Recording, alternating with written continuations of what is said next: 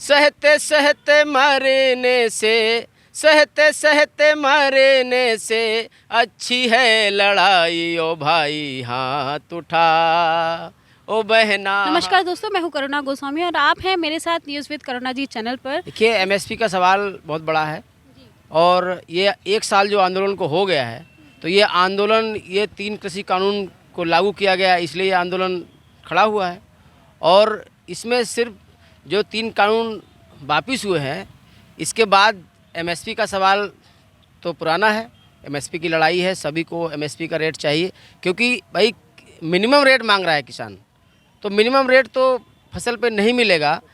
बड़े बड़े जो कॉरपोरेट हैं, कोई भी धंधा करते हैं, कोई भी कारखाना चलाते हैं, अगर उनको नुकसान होता है तो वो उसको बंद कर देते हैं।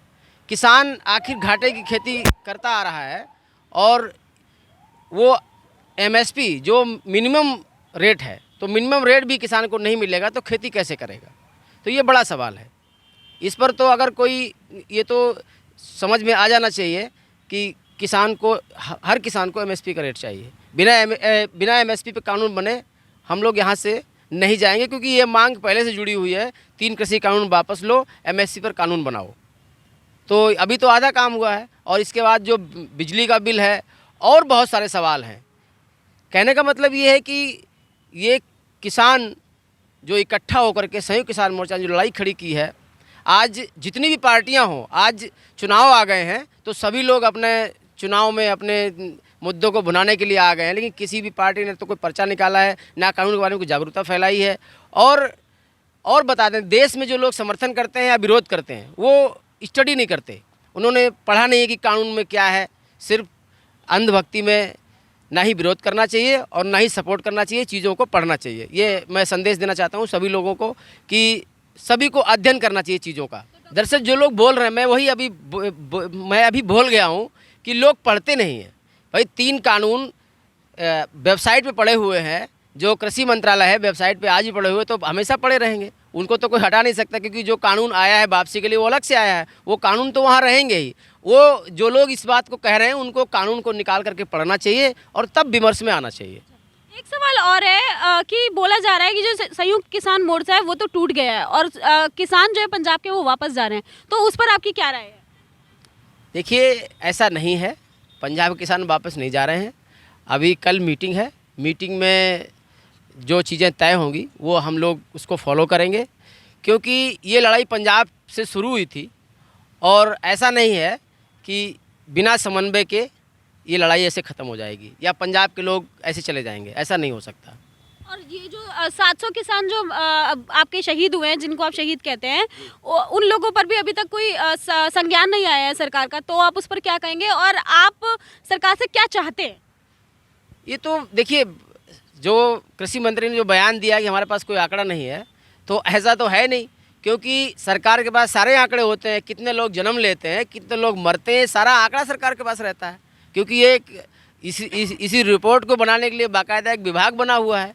तो इस तरह की बात कहना तो बहुत बचकाना है एक कृषि मंत्री के लिए। नहीं, मेरा सवाल ये नहीं था कि सरकार ऐसा बोल रही है, मैं आपसे ये पूछना चाह रही हूँ, सरकार ने ये बात बोल दी, हम आपकी बात से एग्री करते हैं, लेकिन वो जो 700 किसान शहीद हुए, आप उनके लिए चाहते क्या हैं सरकार से?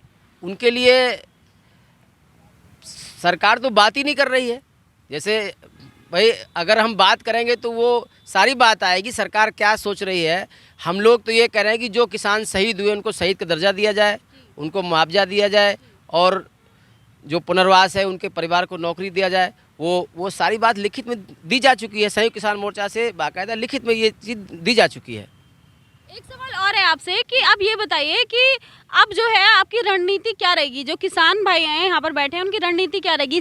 वो चार कोई तय होगी या अभी आप लोगों ने भी खुद पर्सनली कुछ प्लान किया है, लाइक कुछ प्लान किया हो कि गाजीपुर बॉर्डर में, जैसे कि ये यूपी से लगता है और अभी ये यूपी के बिल्कुल करीब है और इलेक्शंस होने वाले हैं, तो आप लोगों ने कुछ प्लान किया हो इलेक्शन के बारे में? या देखिए, हम लोगों का इलेक्शन, जो लोग यहाँ आंदोलन में हैं, इलेक्शन कि हम लोग बात नहीं करते। हम लोग तो किसान मजदूर की एकता की बात कर रहे हैं, क्योंकि ये संघर्ष जो सड़क पर शुरू हुआ है, ये इसका इलेक्शन से कोई लेना देना नहीं है। देखिए, ये जो पूरा एक समन्वय है, सबका अलग अलग विचार है।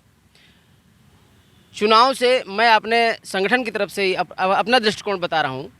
जो जनवादी किसान सभा हमारा संगठन है, हम लोग लगातार मेहनत कश की लड़ाई लड़ते हैं और हम ये मानते हैं कि ये जो चुनाव की जो व्यवस्था है, ये इस चुनाव की व्यवस्था से मेहनत कश जनता का कुछ भला होने वाला नहीं है। हम लोग ये मानते हैं कि ये जितने भी दल हैं, क्योंकि हमने अभी बीच में बताया आपको कि किसी भी चुनावबाज दल ने कोई पर्चा नहीं निकाला है कानून के बारे में कि कानून में ये खामी है। वो लोग सिर्फ इसका श्रेय लेना चाहते हैं, आंदोलन की पीठ पर बैठकर वो चुनाव जीतना चाहते हैं, लेकिन वो जनता की संघर्षों में साथ नहीं खड़े होते हैं। इसलिए मैं किसी भी चुनावबाज पार्टी के साथ नहीं हूँ। मैं किसी को भी ये प्रमोट नहीं करूँगा, किसी भी पार्टी को ये नहीं कहूँगा किसी को कि आप किसको वोट दीजिए, क्योंकि मैं ये जानता हूँ और इस चीज़ को मैं जो मेरी जो विचारधारा है, जो मेरे संगठन की जो हमारे संगठन की जो विचारधारा है कि हम लोग मेहनत का जनता और मजदूर और जो बेरोज़गार हैं, इनके बहुत सारे सवाल हैं, हम लोग उन पर लगातार संघर्ष में रहते हैं। हम लोग चुनाव में विश्वास नहीं रखते। लड़ाई जो लड़ी जा रही है कि हमें सहना नहीं चाहिए, लड़ना चाहिए। सहते सहते मरने से, सहते सहते मरने से अच्छी है लड़ाई। ओ भाई हाथ उठा, ओ बहना हाथ उठा, तेरा भी होना सबको, तेरा भी होना सबको देवे रे दिखाई। ओ भाई हाथ उठा, ओ बहना हाथ उठा, कल वही हो जो चाहे तेरा मन रे, जिंदगी बदलने का कर तू जतन रे। टूटेंगे ये पिंजरे तो मिलेगी रिहाई। ओ भाई हाथ उठा, ओ बहना हाथ उठा, घर तक पीछे पीछे आया है अंधेरा, आँखों में हमारी दिखता है वो सवेरा। दुनिया में प्यार बचे बचे सच्चाई। ओ भाई हाथ उठा, ओ बहना हाथ उठा, टूटे हुए सपनों को जोड़ना जरूरी, दिलों में हमारे भला कैसी है ये दूरी।